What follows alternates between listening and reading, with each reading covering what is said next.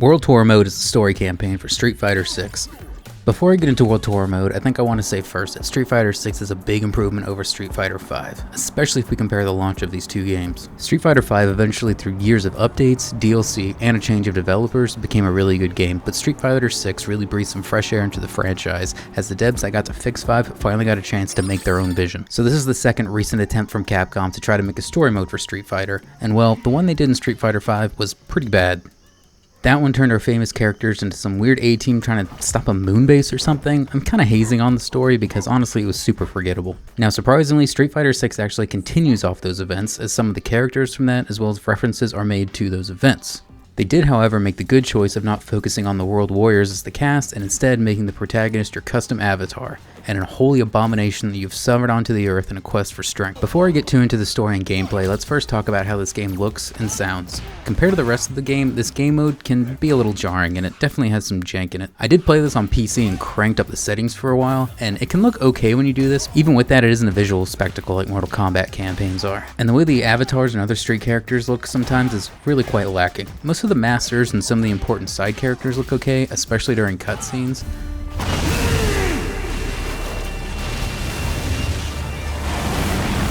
As those can look pretty good, but there's definitely a big difference when you go from this mode into the main game. The vast majority of characters do look somewhat generic, but I feel like this was kind of a visual idea because most of the more overly designed ones typically end up being the stronger opponents that you can challenge. The music in this mode is also pretty mellow, but I mean that in a good way. Overall, the music though in Street Fighter 6 I feel is just fine.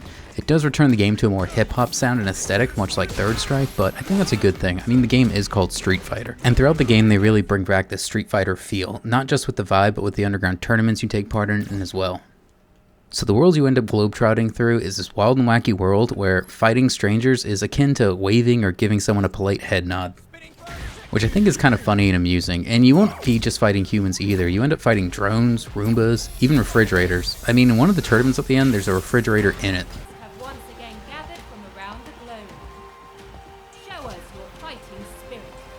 So you start out in Metro City, which seems to be right next to New York because you can see the Statue of Liberty from here. This is also the city from the Final Fight games, which I feel are now just fully part of the Street Fighter lore and universe. I mean, they're always crossed over, but I think this one definitely seals the deal. Now, Street Fighter 5, we did start seeing some rival schools characters peppered in, so who knows, maybe some more of them are going to start popping up. If only we could get some Darkstalkers tied in here, being more than just skins. Overall, this game does feel like the Conquest mode from Mortal Kombat tied in with Yakuza and just a dash of Tekken. You travel the world looking for famous masters, and you can mix and match their moves as you slowly learn them, making a fully customizable character much like Mortal Kombat. The way it's like Yakuza is the world is really wacky and there's just tons of side quests and tons of mini games you can partake in. Like throughout the world, you can find arcade cabinets with a handful of different old school games in them, much like Final Fight, and some of the mini games are actually really helpful for you developing skills in the game. Like there's one that helps you with skill inputs, blocking, learning how to do charge timing, all kinds of things that can really just help you level up your game. And you find tons of gear and rewards all over the place, letting your character become fully customizable, similar to how in Tekken you can add all kinds of weird accessories and things to change up your look. I think the gameplay of the story mode does a really good job of slowly teaching you all the fighting game mechanics. It starts by giving you just a very basic moveset from your master, and then you slowly over time get more and more moves from that master once you deepen your relationship with them. You can give your masters gifts and grind out the levels pretty quickly if you need to, and by giving them gifts you can end up getting in the max level much faster. But on top of moves, there's a couple other important things you'll get from leveling up your masters. One, they'll subscribe to this YouTube channel, and two, you can get the alternative costume from that character in the main game. That said, it can take you a little bit to get far enough to encounter your main character, and in order to get the funds in order to gift bomb them. Because some characters you meet pretty quickly while others take a long time to get. Like if you want to have JP as your main and get his alternate costume, you're going to essentially have to beat this story mode, which is going to take hours. My name is Johan Petrovich. I happen to work here. That aside though, the game does keep teaching you and does a good job of teaching you additional things like counter hits and punish counters. It even tries to enforce these by making the strangers give you additional rewards, both cosmetic and in-game potions, by requiring certain requirements like having you do a trigger punish or doing perfect parries multiple times. Now at first I did not find this game challenging at all, but as you progress through the story you'll eventually start fighting stronger and stronger foes. After you win your first tournament, you'll actually start finding special foes littered across the map, and these can be very high level fighters who have tons of health, tons of defense, and crazy attack power, and will probably force you to use all those items you've been hoarding. These special fighters are definitely where most of the challenges come from, as overall I think the main story isn't terribly difficult, but it does kind of pick up a mid-game. The story itself overall isn't too crazy. It's not some world-ending dramatic thing. Yes, there does end up being a bigger conflict than just your rival with Bosch, seeking power in your own different ways, but it does a good job of tying the two events together and not making it too over the top and crazy, and honestly, I kind of appreciate that in the Street Fighter universe. That said, it does kind of end a little abruptly, but it does a good way of wrapping up the rivalry that you had. I also think in the future they can do some very interesting things down the line with Bosch, which I'll go over more later when I start to spoil a few things, but it does leave things open at the end, and it's not necessarily a bad thing, but if you like closed-ended stories, this could be a little bit of a put-off. I do think this story mode campaign, though, is an amazing direction for the Street Fighter franchise, and it is this team's first time making a big open world like this, and I will say, from the marketing, they definitely made the world seem a little bit bigger than they let on. Metro City that you run around in isn't terribly big, and Nashal is the second location you get, and that's not too much bigger itself either. The other spots you go around the world, like Italy and London, they're very small, and they're ultimately just the levels you actually play on, and they're just kind of sandboxed, and you get to just walk around and talk to masters and a couple other characters. Honestly though, I don't mind the sandbox approach because it means when new characters, new stages come, it seems like they could pretty easily add them into World Tour mode as a new tab. I think overall this mode adds a lot to Street Fighter 6, where in Street Fighter 5 the story was kind of a bit of a stain on it, but you can definitely feel that this was a first outing for the campaign of this style, and it definitely needs some overall polish and tuning just to make it perfect. Overall, I would rate this World Tour mode as 7.1. It's pretty fun to play, but it is a little jank at times, but there's nothing overly offensive or annoying. Hold it. The lack of voice acting in the normal setting is a little disappointing, but I know it's not cheap to do, and it's pretty clear to see where they wanted to spend most of the budget in this game.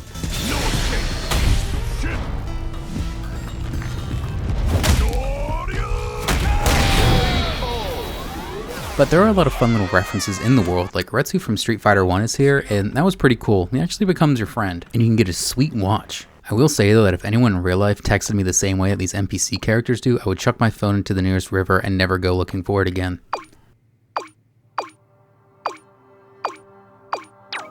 And while I do think the story mode is pretty fun and overall just enjoyable, it is a little bit forgettable, but I do think it is a pretty useful tool to speed up new players into learning some basic mechanics and just get into Street Fighter lore overall. That said, the 7.1 isn't the overall review I'd give Street Fighter 6 as a whole package. In fact, I would give the game itself an 8.6. I think the game overall is pretty amazing, but the story mode just wasn't developed enough in order to be bumped up to a 9, but I think the fact that we can already buy in-game currency and they kind of hid that under the rug, and there's a battle system pass coming out that we don't know the details on yet, I'm a little bit nervous on that. Which means overall the game's pretty great. It does improve on a lot of things, and there's some things I'd like to see down the line. Like I want to see new characters come to World Tour mode. I know they've confirmed that the DLC ones will probably pop up, but I don't want to see just that. I want to see some characters that are a little out of the box and might not even be playable.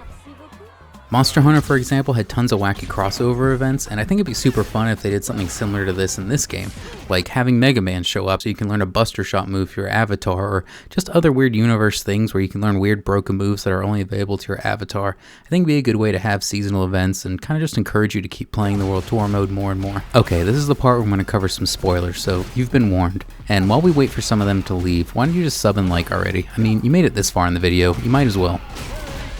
Okay, so the main spoiler I want to go over is I think the character Bosch would be a really good way to ditch the characters of Evil Ryu and Kage, because they're kind of cheesy and it never really made sense to have Ryu go that way. I mean, it was a cool what if, but it's kind of been played out at this point. Bosch takes on a lot of the characters of Evil Ryu and Kage when he finally does his transformation, and most of his moves seem to be a mix of Kage and Akali and Ed, but I think having him survive his death and just be pure feral would be a good way to keep the Evil Ryu and Kage character archetypes, but giving that character a more tragic story to go with, and it just make it something unique and its own instead of just a color swap or a terrible demon cosplay. Remember when we decided to check out the city, kicking butt and eating pizza? I really enjoyed it. That's really the only spoiler I want to bring up in the game, as there's not really many others, but watching all the freaks go at it in Battle Hub is just amazing. Street Fighter 6 is going to be pretty enjoyable. I just hope people don't sleep on this mode too much and actually partake in it. Maybe if they set up good avatar rewards for the tournaments, it would actually be pretty entertaining, and I want to see some high-level freaks, not these low-level level 1 monstrosities. But let me know in the comments below what kind of weird DLC characters you would like to see in this game. And if you ever want to play against a mediocre silver player, let me know.